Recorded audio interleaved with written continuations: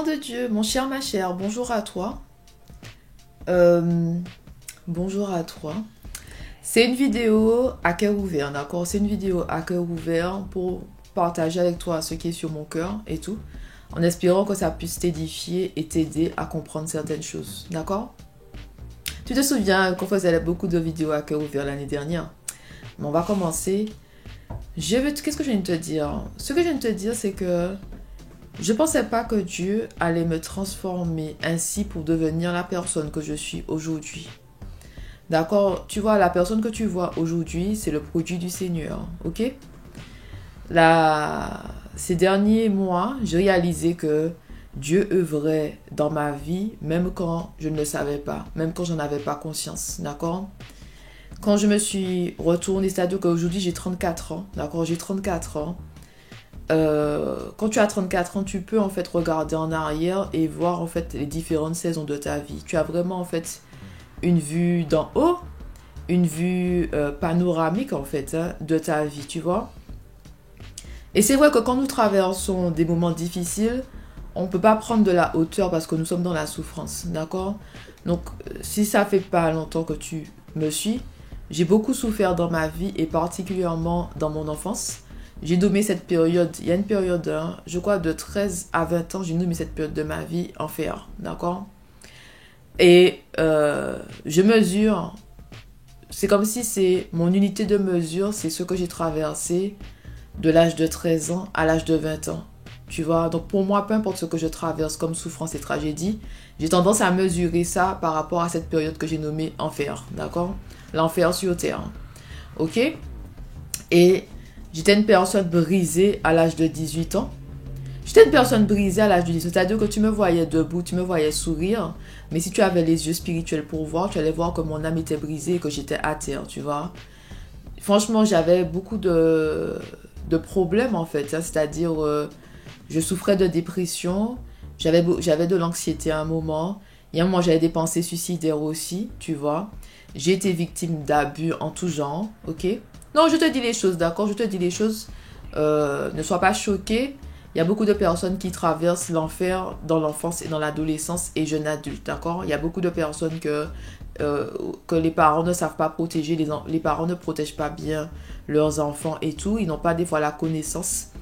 Ils n'ont pas en fait des révélations divines et tout. Donc ton enfant peut souffrir dans la maison avec toi, mais tu ne le sais pas, d'accord? Donc je tiens à dire ça. Et donc à 18 ans, tout ce que je voulais, c'était me protéger, tu comprends? Je voulais vraiment... donc j'ai grandi dans une famille avec peu de moyens, donc il y avait toujours le manque dans la maison. Donc moi, tout ce que je voulais, c'est avoir un travail pour pouvoir avoir de l'argent, pour pouvoir m'en sortir dans ma vie, d'accord? Et ne plus connaître ce manque, ok? Vraiment ne plus connaître le manque parce que... les gens pensent que avoir de l'argent, c'est mal, mais encore une fois, c'est l'amour de l'argent. Tu te rends pas compte en fait que quand tu n'as pas d'argent, comment l'ennemi peut te manipuler pour que tu puisses descendre et faire des choses regrettables. Je te dis vraiment ça. C'est quand tu n'as pas d'argent et que tu te sens désespéré que tu es prêt à faire n'importe quoi. C'est là que tu te retrouves esclave de l'argent et esclave aussi de personnes qui ont plus de pouvoir que toi, ok? Qui ont les moyens. D'accord? Quand tu as de l'argent, ça te donne en quelque part une certaine sécurité. Ok? Sécurité, c'est-à-dire que tu as un toit sous ta tête, tu manges à ta faim, d'accord? Et tu peux intervenir dans la vie de ton prochain. Quand tu n'as pas d'argent, ça te met dans une situation de manque, de vulnérabilité aussi, d'accord? Donc voilà, je tenais à te dire ça. Parce que les gens, ils font ils font de l'argent, mais je suis désolée. C'est très rare de vivre dans un pays où tu peux te loger gratuitement et que tu peux avoir en fait de la nourriture gratuite, d'accord? Si tu es en Martinique ou quelque part en Afrique, si vous vivez à la campagne, c'est possible de se nourrir gratuitement, des légumes, tout ça, de ce que vous plantez. C'est possible aussi de se loger gratuitement, mais c'est pas partout pareil, d'accord? Bon, après, il y a toujours l'électricité à payer, les choses comme ça, l'eau, tout ça, mais il y a moyen il y a des alternatives, d'accord? On va pas mourir de faim comme ça. Si vous avez des voisins qui partagent par exemple des mangues. Il y a une abonnée qui m'a envoyé dernièrement une photo elle me disait que sa voisine lui a apporté des mangues et tout. Et Elle m'a pas dit qu'elle venait des îles, mais le fait qu'elle m'a envoyé la photo, elle m'a dit, ah, excuse-moi, j'ai ci, ma voisine m'a apporté ça, elle m'a montré des mangues.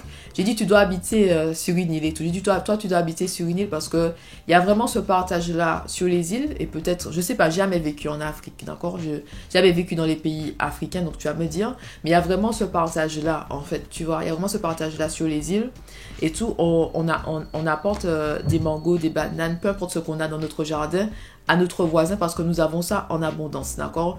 Quand un arbre est enfoui, il y a beaucoup de fruits dans l'arbre. Sur l'arbre, dans l'arbre, je sais pas comment on dit ça encore, tu as compris?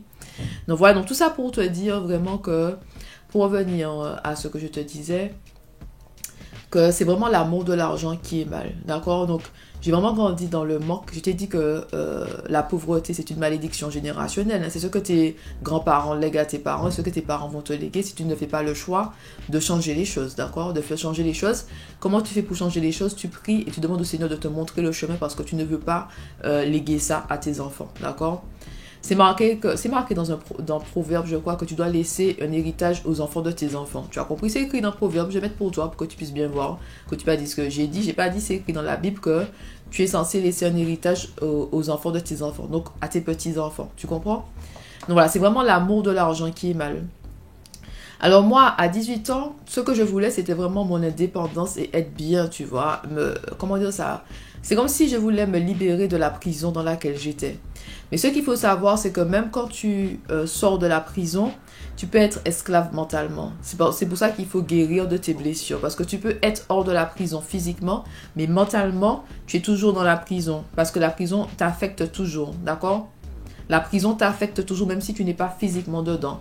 C'est comme par exemple le peuple israélite, le Seigneur les fait sortir de l'Égypte. Ils sont restés 400 ans en esclavage. Donc tu vois, ils ont une mentalité d'esclave. Donc le Seigneur les fait traverser le désert et rester dans le désert pour retirer cette mentalité d'esclavage, pour leur donner une nouvelle identité, d'accord? D'où le fait que beaucoup d'entre nous, que la plupart des personnes, nous traversons un désert, c'est pour que le Seigneur nous révèle notre réelle identité, d'accord?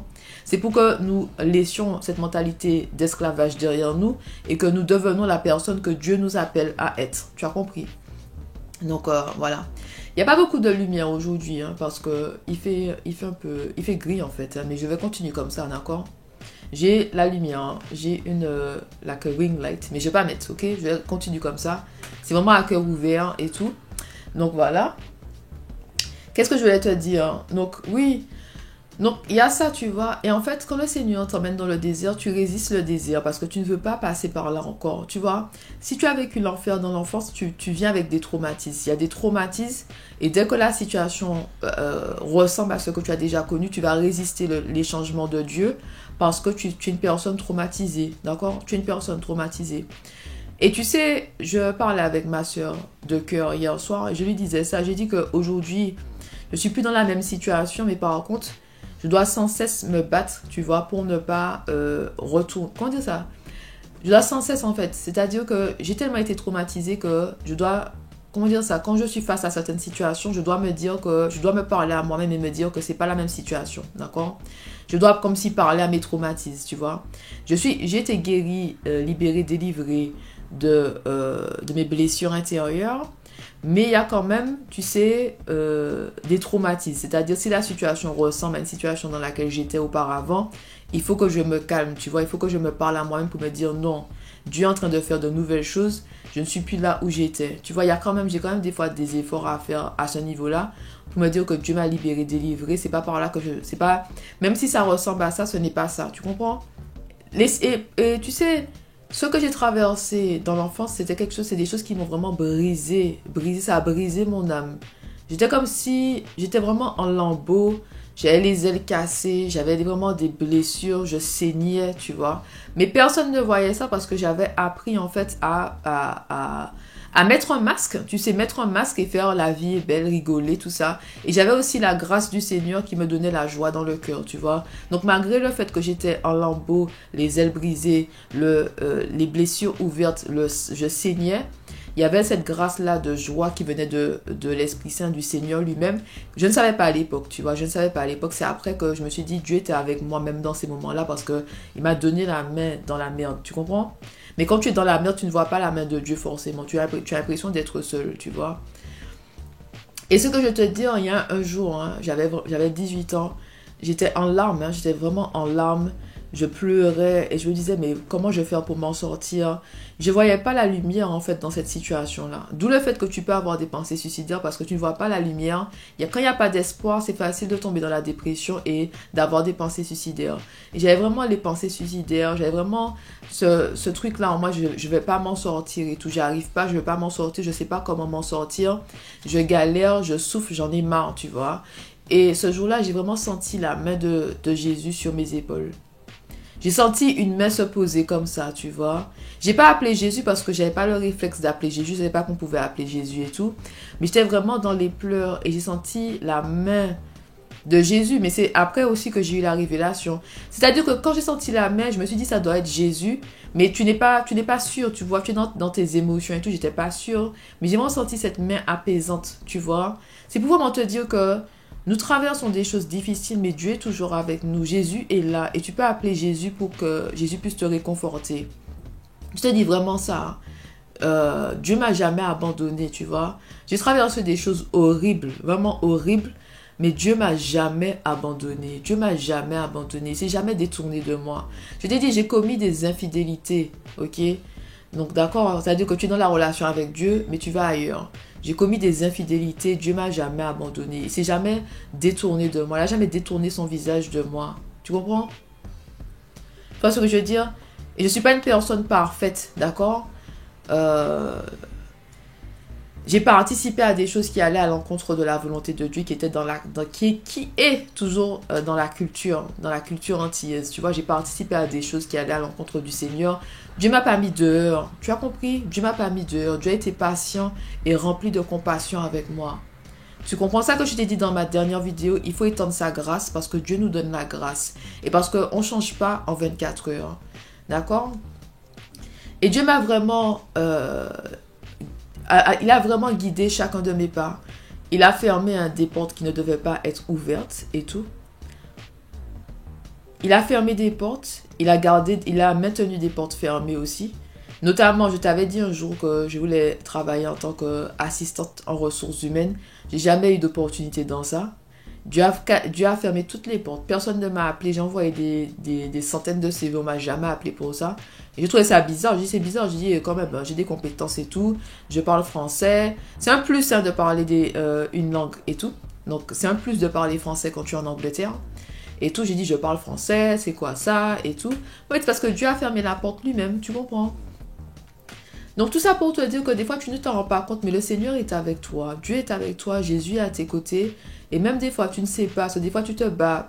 Écoute, moi, tu sais, quand j'ai quitté cet endroit que j'ai nommé l'enfer, cet environnement que j'ai nommé l'enfer, j'avais cette rage en moi, j'avais la rage en moi. Je me suis dit que peu importe la porte qui est devant moi, je vais défoncer la porte. Je te dis quelque chose, j'avais la rage en moi, la rage de réussir, la rage de m'en sortir, d'accord?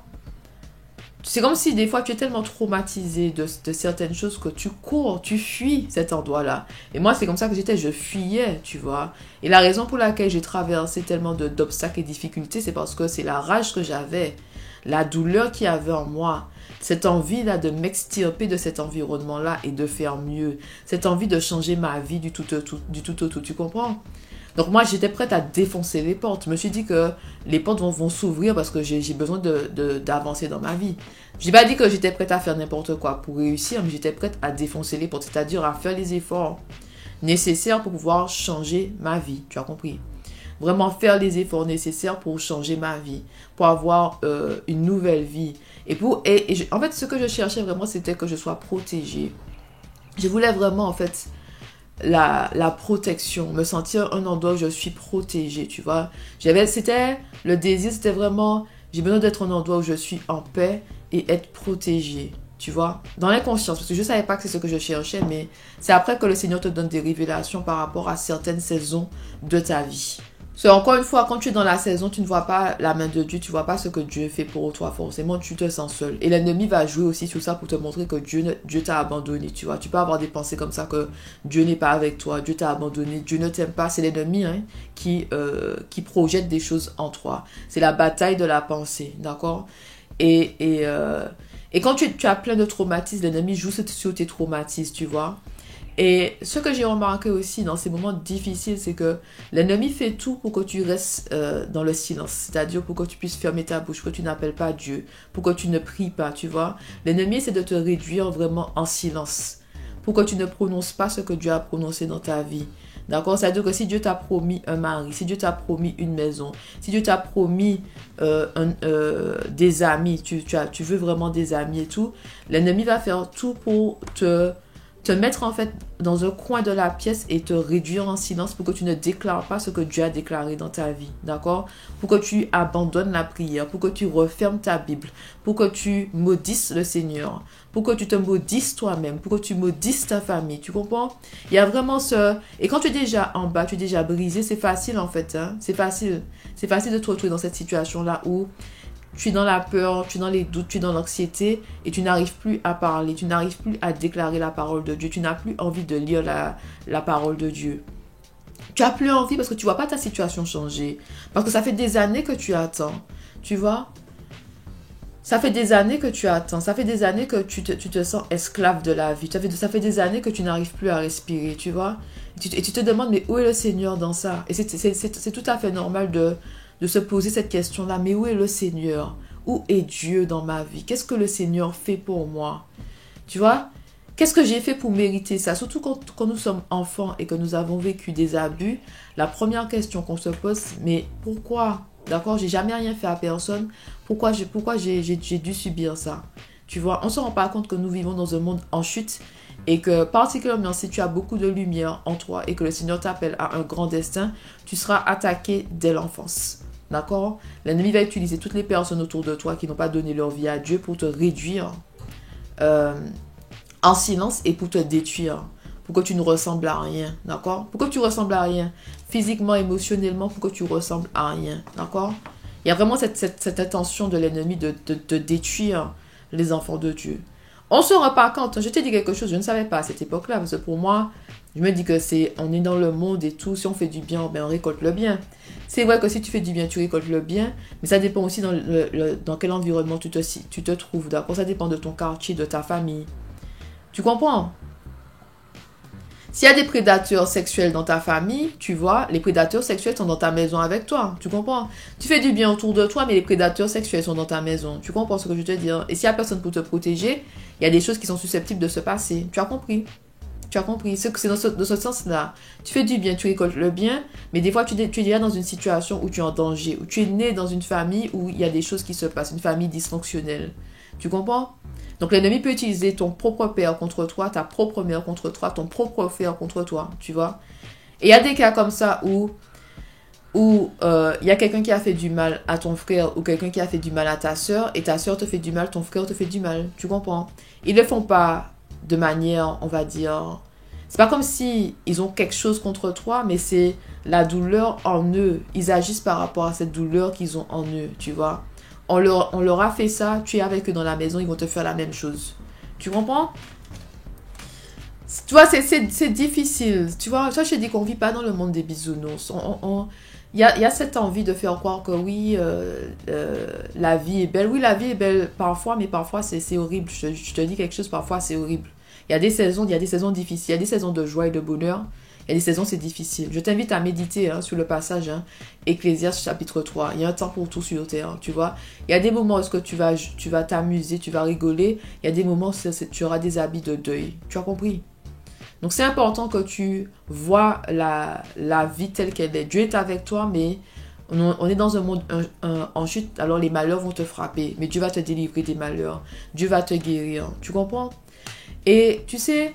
Alors, malgré tout ce qui s'est passé dans ma vie, malgré les abus, malgré la tristesse, malgré cette période de dépression, malgré tout ce qui s'est passé, tout le mal qu'on m'a fait, Dieu m'a restauré. D'accord?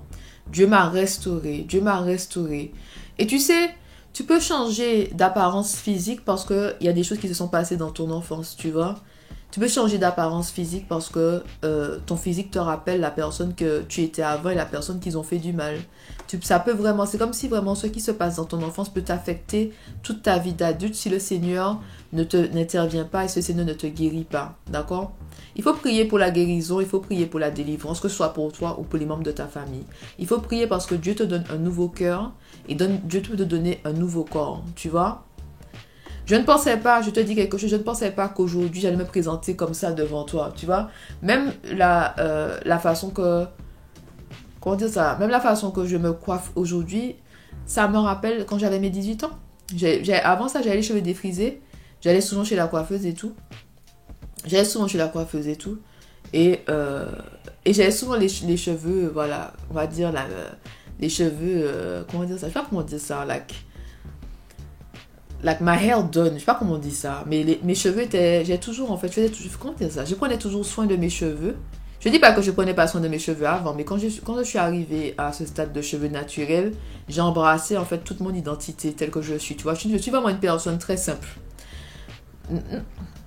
Non, je tiens à insister avec toi. Je suis une personne simple. J'ai pas besoin de maquillage pour me sentir belle. J'ai pas besoin de faire ça pour me sentir belle. Dieu m'a appris. En fait, Dieu m'a aidé. Comment dire ça? Dieu m'a révélé ma beauté intérieure. Dieu m'a révélé ma beauté intérieure. Et aussi, hein, dans ma famille, quand j'ai grandi, les femmes ne se maquillaient pas. Hein, mis à part le rouge à lèvres que tu mets et tout. Mais on se maquille pas, franchement. Les femmes de ma famille ne se maquillaient pas, franchement. Les cheveux, hein, le défrisage, hein, c'est tout. Le défrisage, tout ça. Et puis, voilà, quoi. Hein. Mais dans ma famille, en fait, quand j'étais en Martinique et tout, nous sommes vraiment des personnes naturelles. Vraiment naturelles. Pas besoin de maquillage, pas besoin de faire trop de trucs et tout, tu vois. Donc, moi, j'ai grandi dans cet environnement-là où la beauté naturelle est mise en avant, tu vois. La beauté naturelle. On n'a pas besoin d'artifice, d'ajouter des choses, tu comprends? Donc, moi, au fond de moi, je suis toujours la même personne. C'est-à-dire que parfois, tu changes d'apparence parce que à cause de ton destin. Comme je t'avais dit, j'avais pris l'exemple de Queen Esther, de l'impératrice Esther. Hein. Elle a dû se préparer pour son destin. C'est-à-dire que Dieu t'appelle à faire quelque chose et tu auras en fait les habits qui vont avec la position que tu as. Tu auras les habits qui vont avec le rôle. Si le Seigneur t'appelle à être une reine, tu vas pas te présenter en lambeau. Moi, je t'ai dit ça, tu vois. Et c'est vrai que les gens aiment pointer toujours certains passages de la Bible pour te dire que tu dois être modeste. Mais des fois, j'ai l'impression que c'est une fausse modestie, tu vois. D'accord? Non, des fois, je te dis quelque chose. Parfois, les gens te rappellent ça, mais c'est une fausse modestie parce que le Seigneur juge vraiment la position de ton cœur. Est-ce que tu es à genoux devant le Seigneur? D'accord? Est-ce que tu as tout donné à Dieu? Est-ce que tu fais la volonté de Dieu? Tu vois? Les gens, ils oublient que nous n'avons pas le même destin. Donc, c'est facile, en fait, d'envoyer des versets bibliques hein, dans le visage des gens, mais sans se dire qu'on n'a pas été créé pour la même chose. D'accord? Marie a été créée pour enfanter Jésus. Ok? Esther a été créée pour être l'impératrice Esther et pour, comment dire ça, et pour intercéder pour son peuple devant le roi. Tu as compris? Donc, nous avons chacun notre destin. Tu peux lire aussi hein, l'histoire de... C'est quoi encore? C'est Boaz. J'ai oublié c'est quoi le nom de la femme. Je sais que c'est Boaz et je vais mettre le nom pour toi là. J'ai oublié, hein, ça m'échappe. Mais c'est pour te dire vraiment que nous n'avons pas le même destin. Joseph n'avait pas le même destin que Jésus, ni du prophète Jérémie, ni du prophète Élie. Chaque personne est appelée à faire quelque chose. David a été appelé roi. Si tu es roi, tu as les richesses tu as l'autorité d'un roi. Tu as les richesses, tu as les habits d'un roi. Tu comprends? Mais même si David a fait des erreurs dans sa vie, si tu lis son histoire, quelle était la position de son cœur? Il était toujours au pied de Dieu. Et quand il a été réprimandé plusieurs fois, il est revenu au pied de Dieu. La position de ton cœur qui importe le plus à Dieu. Tu comprends? Mais les gens s'arrêtent toujours sur l'apparence physique. Surtout pour nous les femmes, ils vont nous oppresser avec certains versets bibliques pour nous dire que nous ne sommes pas des femmes de Dieu parce que nous ne faisons pas ci, pas ça, sans savoir qu'est-ce que Dieu nous a dit, sans savoir qu'est-ce que Dieu nous appelle à être. D'accord? Sans savoir notre rôle. Ils n'ont pas la vue panoramique de Dieu. Ils ne savent pas si le Seigneur t'appelle à être une reine. Tu comprends? Donc tu as les habits d'une reine. Ok? Ça, donc, Tu vois, donc aujourd'hui, je me présente à toi humblement. Je ne pensais pas que Dieu m'aurait appelé à être la fondatrice de la femme victorieuse, ni qu'il m'aurait appelé à édifier ses enfants avec la parole de Dieu. Je pensais pas non plus. Je pensais pas ça, d'accord? Je cherchais vraiment à avoir une vie simple, une vie dans la paix, une vie où est-ce qu'on m'emmerde pas, une vie où je me sens protégée et aimée. Mais je ne pensais pas que Dieu allait mettre sur mes épaules cette responsabilité avec la femme victorieuse. D'accord? Je ne pensais pas que Dieu allait me changer, me modeler pour devenir la femme que je suis aujourd'hui. Tu as compris? Oui, j'avais de l'ambition, mais je ne pensais pas que j'allais atteindre ce niveau-là. Et ce n'est que le début parce que j'ai que 34 ans, d'accord? J'ai que 34 ans, ce n'est que le début. Mais je vais te dire vraiment ça, que je ne pensais pas que j'allais atteindre ce niveau-là avec Dieu. Même dans ma relation avec Dieu, même dans les connaissances de la parole de Dieu, même dans les révélations divines. Et Dieu vraiment a utilisé chaque saison de ma vie pour illustrer des passages bibliques, tu comprends? C'est pour ça en fait que j'arrive à t'expliquer les choses en profondeur, hein. Et peut-être, hein, pour toi, tu vois que je te montre les choses d'une autre façon. C'est parce que j'ai souffert, j'ai beaucoup d'expérience, hein, j'ai eu plusieurs vies dans une vie. Donc, et Dieu a vraiment utilisé les saisons de ma vie pour illustrer des passages bibliques. Tu vois? Et il m'a donné des révélations divines. Et plus tu lis ta Bible, plus le Seigneur te révèle de nouvelles choses. Tu comprends? La Bible, c'est vraiment un livre saint. Et c'est un livre de révélation. D'accord? Tu comprends? Donc, ce que je voulais te dire, donc je me présente vraiment à toi humblement parce que je ne suis pas parfaite, d'accord? Et que je suis vraiment le produit de Dieu. Parce que j'ai vraiment suivi les pas du Seigneur. Même quand je ne savais pas que je marchais sur mon chemin, j'étais sur mon chemin, d'accord? Et tout ce que je suis aujourd'hui, c'est Dieu. Je ne veux pas dire que c'est moi, d'accord? C'est Dieu qui a placé cette envie, hein, cette envie d'apprendre des langues étrangères. D'où le fait que je suis à 5 langues aujourd'hui. Créole, français, anglais, espagnol et portugais brésilien. Et je compte ajouter l'hébreu bientôt. Pas maintenant, mais bientôt je vais ajouter l'hébreu. Tu vois? C'est le Seigneur. C'est le Seigneur qui m'a guidée vers mes études, des études de droit. Je ne pensais pas faire des études de droit dans ma vie. C'est pas ce que je voulais faire à la base. Je voulais faire un BTS, hein. Un BTS relations clients, un BTS management des unités commerciales, quelque chose comme ça, faire 2 ans et puis aller travailler pour que je puisse changer de ma situation financière. J'ai pas prévu de faire de longues études, c'était pas mon plan, tu comprends? C'était pas mon plan non plus de rester à Londres et de vivre à Londres. Je ne savais pas à l'époque que Londres c'était ma destination, que l'Angleterre c'était mon pays de destination. Je ne savais pas ça à l'époque. D'accord? Quand je suis partie en Martinique, je suis partie pour retourner. Non. Quand je suis partie de la Martinique, je suis partie pour retourner. Je suis partie en ayant à l'esprit que je vais rentrer chez moi bientôt. D'accord? Je peux te dire quelque chose, hein. En 2017, je suis allée à Bali, hein, pour mon anniversaire et tout. Donc, mon anniversaire, je suis partie à Bali toute seule. Oui, je voyage. Des fois, je voyage seule. Je te dis quelque chose, je voyage seule avec Dieu. Hein. D'accord, je prie. Hein. On voyage pas seul comme ça. Je voyage seule, je mets Dieu devant. Dieu me ferait un chemin. Et je suis partie à Bali toute seule. Et quand j'étais à Bali, j'ai dit, waouh, c'est une belle île, les gens sont accueillants, les gens sont bien. Ils mettent tout le temps des fleurs dans les cheveux, ce que j'aimais ça vraiment. Et puis quand j'étais à Bali, j'ai exploré l'île. Et je me suis dit, mais en fait, c'est comme si dans mon cœur, je suis là, waouh, mais j'aime cette vie-là, cette vie sur les îles. Et à la fin de mon voyage, j'ai dit, mais en fait, tout ce que j'aime de Bali, il y a ça en Martinique, tu vois. Donc moi, j'avais la conviction dans mon cœur que le pays qu'il me faut, je l'ai déjà, c'est la Martinique. Tu comprends? Tout ce dont j'ai besoin est en Martinique. Je peux créer une vie, la vie que je veux en Martinique. Donc en 2017, je suis retournée à Londres en attendant et en espérant que Dieu me donne une date pour retourner en Martinique, tu vois. Dieu m'avait pas dit à ce moment-là que ma terre de destination, c'est l'Angleterre, tu vois. C'est bien après qu'il me l'a dit, que j'ai prié quand j'étais prête à entendre ça. Parce que bien sûr, j'ai dû faire un renoncement de cette envie, de ce désir d'habiter en Martinique pour pour faire la volonté de Dieu, renoncement de soi, crucifier ma chair, faire le deuil en fait de ces années où j'attendais que Dieu me dise tu vas rentrer en Martinique. J'ai dû faire le deuil de ça, tu vois. J'ai dû faire le deuil de ça, le deuil de vivre avec mes semblables, tu vois. C'est vraiment ça.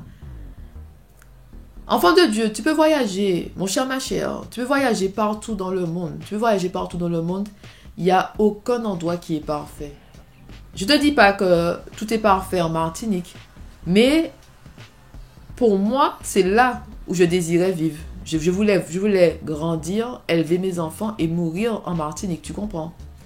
Mais j'ai voyagé dans différents pays, j'ai vu.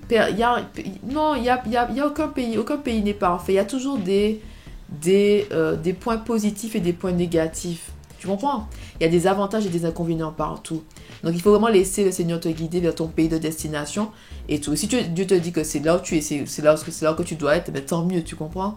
Mais si le Seigneur t'appelle à aller ailleurs, vraiment suis les pas de Dieu. Ok? Donc c'est vraiment que je vais te dire aujourd'hui que je suis le produit de Dieu. D'accord? Je ne peux pas mettre ça sur... Je ne peux pas prendre la gloire du Seigneur par rapport à la personne que je suis devenue. Je suis devenue cette personne-là, c'est parce que c'est Dieu qui m'a façonné et c'est Dieu qui m'a modelé. D'accord? Oui, j'avais de l'ambition, mais je ne pensais pas que j'allais réaliser tout ça de choses dans ma vie. Je ne pensais pas que j'aurais été la fondatrice de la femme victorieuse. D'accord? Je ne pensais même pas que j'aurais l'autorité pour faire ça. L'autorité de Dieu, je te parle de... Pas par ma propre autorité, mais l'autorité de Dieu pour faire ce genre de choses-là. Inspirer les autres, aider mon prochain, tu vois? Et oui, j'ai toujours voulu aider mon prochain, mais en tant que volontaire dans des associations.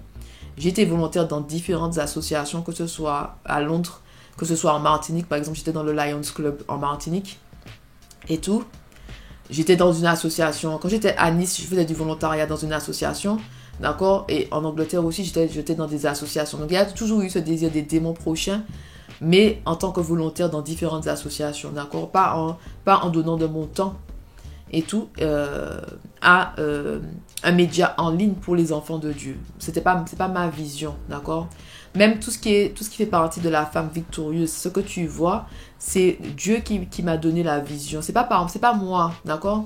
Et c'est vrai que tu vas toujours voir la touche des îles, la touche de la Martinique, c'est parce que je suis martiniquaise, d'accord? C'est comme si j'ai enfanté ce projet, j'ai enfanté cette vision-là, donc il y aura toujours mon identité dans ce que je fais. D'où le fait que je parle créole sur YouTube, tu as compris? D'où le fait que le logo, c'est quelque chose... Mais je vais te montrer quelque chose, hein. Tu vois, en fait, regarde, hein. J'ai acheté ça quand j'étais en Martinique. J'ai acheté ça pour mes collègues, hein. J'ai acheté ça pour mes collègues en Martinique, sur la rue piétonne. J'ai acheté peut-être 5 ou 6 et j'ai gardé celui-là pour moi. Il y avait différentes choses, en fait. Il y avait la tortue, il y avait d'autres fleurs, colibris. Mais j'ai pris celle-là, tu vois. Donc, tu vois, c'est l'oiseau du paradis. Tu comprends? Et pour moi, l'oiseau du paradis, c'est le symbole de la renaissance. C'est le symbole de la nouveauté, le renouveau. Tu vois? D'où le fait que c'est le logo de la femme victorieuse, c'est l'oiseau du paradis. Donc, ça reste toujours sous le thème des îles. D'accord? J'ai pas pris l'hibiscus. Si tu vas en Martinique ou dans d'autres îles, hein, tu vois, l'hibiscus, c'est partout. J'ai pas pris l'hibiscus. J'aime l'hibiscus beaucoup, mais j'ai pris l'oiseau du paradis parce qu'il y a il y a vraiment ça, le renouveau, renaître de ses cendres. Et c'est ce qui s'est passé dans ma vie, tu vois. Grâce à Dieu, j'ai pu renaître de mes cendres. Grâce à Dieu, mon passé, je ne suis pas prisonnière de mon passé. Grâce à Dieu, je n'agis pas en étant esclave de mon passé. Je suis libérée, délivrée de mes blessures intérieures. J'ai pu et je deviens toujours la personne que Dieu m'appelle à être, d'accord? Il n'y a pas de fin. On évolue constamment avec le Seigneur, donc il n'y a pas de fin. Mais tu comprends? Je suis vraiment le produit du Seigneur. Gloire à Dieu pour ce qu'il a fait dans ma vie. D'accord? Tu m'aurais vu à 18 ans, je pensais pas que j'aurais été cette personne-là. Ok? Je pensais pas. Donc, peu importe là où tu es, dis-toi que le Seigneur n'a pas fini dans ta vie. D'accord? Le Seigneur n'a pas fini. Que tu sois au début, au milieu ou à la fin, peu importe, le Seigneur n'a pas fini avec toi. Le Seigneur peut changer ta situation du tout au tout. Le Seigneur peut te donner un nouveau cœur et un nouveau corps. J'insiste sur le nouveau corps. Parce que si tu as connu des abus sexuels, tu as besoin d'un nouveau corps. Tu as besoin d'être lavé par le Seigneur. Lavé, nettoyé par Dieu, par le sang de Dieu. D'accord? Un nouveau cœur, parce qu'on t'a fait tellement de mal que ton cœur s'est endurci. Donc tu as besoin d'un cœur tendre. Et c'est le Seigneur qui peut te donner ça. D'accord? Les gens qui souffrent font souffrir d'autres personnes parce que leur cœur, d'accord? C'est comme s'ils ont une épine dans le cœur. Et tu le vois, hein, les personnes qui sont toujours comme si elles savent pas parler sans crier. Au moins de trucs, elles s'énervent. C'est parce qu'elles ont une épine dans le cœur, d'accord? Il n'y a que Dieu qui peut retirer l'épine dans ton cœur. Il n'y a que Dieu qui peut retirer l'épine de ton cœur et te faire devenir une nouvelle personne, une nouvelle créature, d'accord? Avec Dieu. tu peux devenir une nouvelle créature, une nouvelle création, d'accord? Peu importe ce que tu as fait dans ta vie, hein, d'accord? J'ai pris des décisions regrettables, hein, comme l'avortement à l'âge de 18 ans. Je ne vis pas avec la culpabilité aujourd'hui parce que Dieu m'a libéré de ça. Tu comprends? Et j'ai regardé la vidéo dans laquelle je partage ça. Et j'ai dit dans la vidéo que je pense que je vais porter le poids de la culpabilité toute ma vie. Et en fait, comme la vérité te libère et que j'ai mis ça sous la place publique, le Seigneur m'a donné la bénédiction en retirant le poids de la culpabilité sur mon cœur. Parce que j'ai partagé mon témoignage. Quand tu partages ton témoignage, hein, sous la place publique, ou même, hein, je dis moi sous la place publique, c'est parce que j'ai YouTube. Et je suis sur les réseaux sociaux. Mais si tu partages ton témoignage avec quelqu'un de proche et tout, et que tu édifies ton proche avec ton témoignage, c'est pas bien de dire ça sur la place publique. Tu vois? Mais tu dis ça à un petit groupe ou à 2 personnes ou à une personne. Il y a vraiment une bénédiction. C'est écrit dans la Bible, hein, confess to one another. Confessez-vous l'un à l'autre. Se confesser ne veut pas dire se confesser à un prêtre, hein. C'est pas un prêtre, hein. Tu peux te confesser à Dieu, tu te mets à genoux, tu dis Seigneur, je confesse mes péchés, voici ce que j'ai fait, je le regrette. Ou tu peux partager ça avec une copine, une amie, quelqu'un à qui tu fais confiance, un pote, et tout. Et cette personne-là va prier pour toi après et tu seras libéré en fait de ça. Tu vas sentir qu'il y a un poids qui est sorti de toi, tu comprends? C'est les choses qui ne sont pas mises en lumière qui deviennent des poids. Quand c'est à la lumière, tu es libéré, tu vois? La vérité t'a franchi. Tu comprends? Donc c'est ce que je vais te dire. Donc ça m'a libéré. Quand j'ai mis ça sur la place publique, j'ai senti que c'est sorti, le poids de la culpabilité est sorti, tu vois. C'est Dieu, c'est pas moi, enfant de Dieu. C'est gloire à Dieu pour ce qu'il fait dans nos vies. Gloire au Seigneur qui nous tient la main dans les mauvaises situations, dans les difficultés. Gloire à Dieu qui nous donne un nouveau cœur et un nouveau corps. Gloire à Dieu, en fait, hein, qui agit dans... nous donne un nouveau souffle de vie. D'accord? Il y a un passage biblique qui parle des eaux desséchées. Les eaux desséchées, qui donnent un nouveau souffle de vie. Les ossements desséchés. Je crois que c'est les ossements desséchés. Tu comprends? Gloire à Dieu, hein, qui n'a pas fini d'agir dans nos vies. Gloire à Dieu, en fait, hein, qui vraiment nous donne la main. Gloire à Dieu qui change nos vies pour le meilleur. Gloire à Dieu, parce qu'une personne sauvée peut en sauver 1000, d'accord? Une personne sauvée peut en sauver 1000. Tu te rends pas compte, en fait, du changement. Tu n'es pas dans mon entourage. Mais quand j'ai reçu la connaissance, hein, parce que je suis quelqu'un qui partage beaucoup, quand je reçois la connaissance, je vais appeler quelqu'un pour dire, voilà ce que j'ai reçu de Dieu. Je ne voyais pas les choses comme ça, mais c'est ça. Quand j'ai reçu la connaissance, quand mes yeux ont été ouverts, j'ai partagé ça autour de moi. Et j'ai vu le changement. C'est comme si j'ai mis des graines dans le cœur de mes amis, dans le cœur de ma soeur, dans le cœur de ma mère. Et ma mère, elle a un témoignage. Hein. Je vais l'inviter un jour, hein, sur cette chaîne-là pour que tu puisses entendre son témoignage. Ma mère a un témoignage, c'est vraiment édifiant. J'ai mis ça dans le cœur de tout le monde. Dieu a arrosé. On est toutes de nouvelles créations maintenant.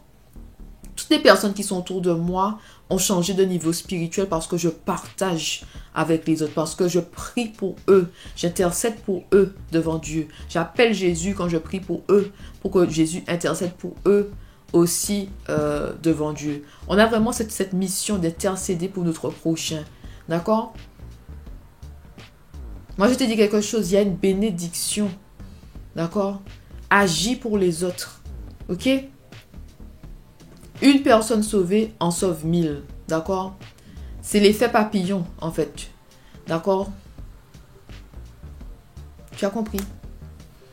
Donc voilà, donc la personne que tu vois aujourd'hui, c'est moi, Jessie, produit du Seigneur, tout simplement. C'est moi le produit du Seigneur. C'est pas par moi. Je suis pas devenue la personne que je suis aujourd'hui par moi-même. J'ai pas les connaissances que j'ai aujourd'hui par moi-même. Le Seigneur a utilisé des personnes aussi pour m'impacter dans ma vie. D'accord?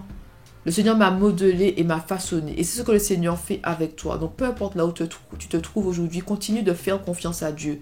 Dieu n'a pas dit son dernier mot. Peu importe hein, le chaos dans lequel tu es, Dieu n'a pas dit son dernier mot.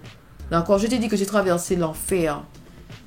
Et je ne porte pas mon passé sur mon visage. Ça ne se voit pas que j'ai traversé l'enfer. J'ai traversé l'enfer. D'accord?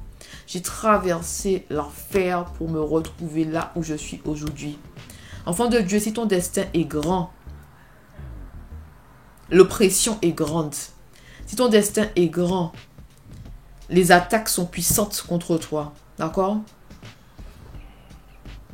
Si ta lumière est grande, l'ennemi va utiliser tout et n'importe quoi pour te détruire. Tu m'as entendu, enfant de Dieu? Mon cher, ma chère, est-ce que tu m'as entendu? Tu m'entends bien aujourd'hui? D'accord? Peu importe ce que tu as traversé, sache que c'est parce que l'ennemi a vu la lumière en toi et qu'il a essayé de te briser pour que tu ne deviennes pas ce que le Seigneur t'appelle à être. Il a essayé de te briser pour que tu n'accomplisses pas ton destin. Il a essayé de te briser pour que tu ne puisses pas rencontrer ton mari divin. D'accord? Le mari qui a été ordonné par Dieu. Il a essayé de te briser pour que tu ne sois pas la femme que Dieu t'appelle à être, que tu ne sois pas l'homme que Dieu t'appelle à être, pour que tu ne sois pas cet homme qui va se positionner de manière stratégique pour étendre le royaume de Dieu sur terre. Homme victorieux, si tu me regardes et que tu as ressenti quelque chose quand j'ai dit ça, c'est que ça s'adresse à toi. Tu as compris? Si tu as ressenti, homme victorieux, si tu as ressenti quelque chose dans ton âme, dans les profondeurs de ton âme, c'est que ça s'adresse à toi. C'est-à-dire que Dieu va te positionner de quelque part qui sera stratégique pour son royaume. Si tu ressens les choses quand je te parle, c'est que c'est pour toi. D'accord? Si tu as ressenti ça en toi, c'est que c'est pour toi, homme victorieux.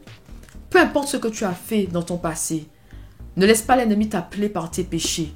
Le Seigneur va faire de nouvelles choses dans ta vie. Il va te positionner un endroit stratégique pour étendre son royaume. Tu seras comme Joseph. D'accord?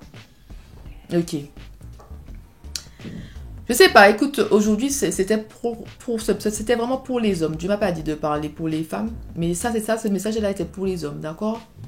Dieu nous appelle aussi à faire de grandes choses, femmes victorieuses, mais j'ai senti vraiment que ça, c'était pour les hommes. Il y a peut-être un homme ou deux hommes, peut-être, qui me suivent, qui avaient besoin d'entendre ça.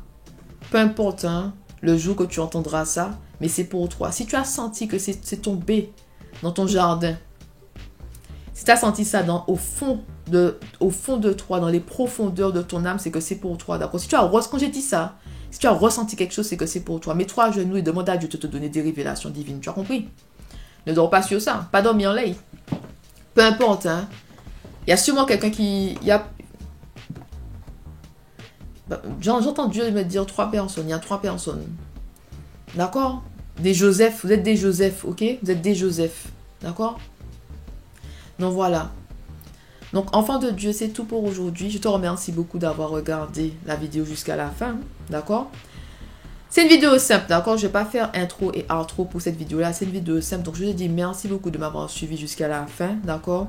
Sache que Dieu t'aime. D'accord? Peu importe ce que tu as traversé, peu importe ce que tu traverses, le Seigneur est avec toi et le Seigneur t'aime. D'accord?